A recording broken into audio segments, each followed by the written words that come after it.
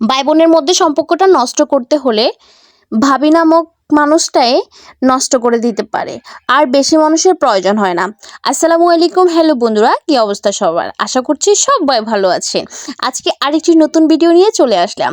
আজকে আমাদের জন্য আজকের দিনটা খুবই স্পেশাল দিন, কারণ বিয়ের পরে ভাই বোন সবাই একসাথ হওয়া এটা খুবই কম হয়, আর এটা খুবই ভাগ্যের বিষয় ভাই বোন সবাই মিলে একসাথে বাবার বাড়িতে থাকা।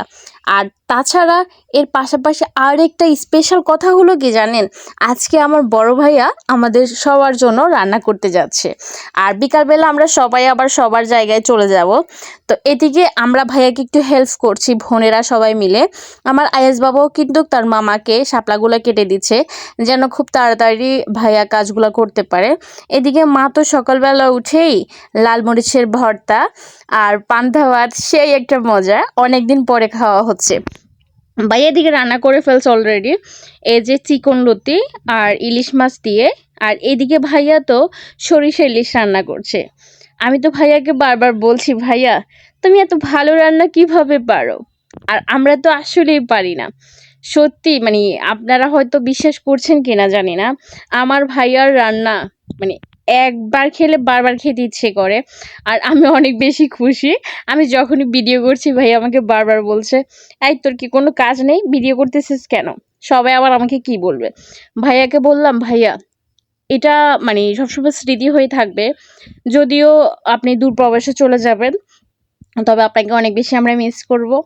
আর এটা আসলে ভাগ্যের ব্যাপার, এটা সবার ভাগ্যে থাকে না, তাই এটা ভিডিও করছি।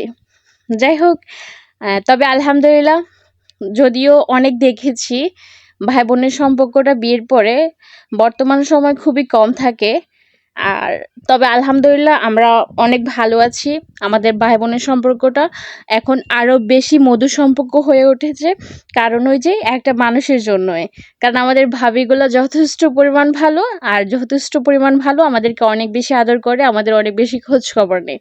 আসলে বিয়ের পরে মেয়েদের আর চাওয়া পাওয়া বেশিরভাগ আর কি বা থাকে, একটাই চাওয়া থাকে, বিয়ের পরে কেউ ফোন দিয়ে বলুক, আসেন বাড়িতে এসে ঘুরে যান, আপনাকে মিস করছি, বা কি অবস্থা, কেমন আছেন, খোঁজ খবর নেওয়া, এটাই।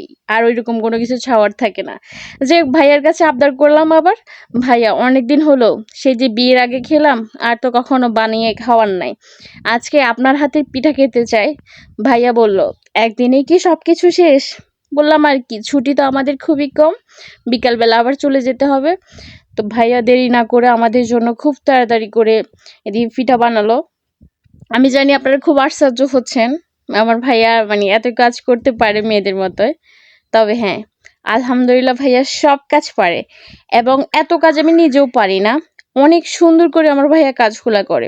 পিঠাগুলো দেখছেন, অসম্ভব অসম্ভব সুন্দর হয়েছে।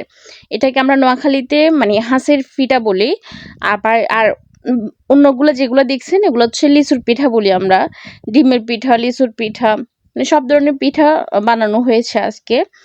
আর তাছাড়া আবার ভাইয়াকে আবার আরেকটা আবদার করলাম যে আজকে তো ডিমের কেক খাবো ভাইয়া। ভাইয়া বলল, ঠিক আছে, সেটাও হবে, কোনো চিন্তা নেই। আর আমাদের ভাই বোনের দুষ্টামিগুলো দেখে মানে আমার মা তো হাসতেছে, আর মনে মনে হয়তো এটাই ভাবছে, আল্লাহ যেন আমার মরার পরও তোদের ভাই বোনের সম্পর্কটা এই মধুর সম্পর্কই রাখুক। আলহামদুলিল্লাহ, সবাই আমাদের জন্য দোয়া করবেন, আমাদের এই সম্পর্কটা যেন এরকমই থাকে। আর ফাইনালি আমাদের সর্ষে ইলিশের কালারটা দেখেন, মাশাল্লাহ, অনেক অনেক সুন্দর হয়েছে, তাই না? ছেলে মানুষ এত সুন্দর করে রান্না করতে পারে, অবাক করা বিষয়। আসলে ছেলে মানুষ চাইলে সবই পারে, তারা চাইলে সবকিছু করতে পারে।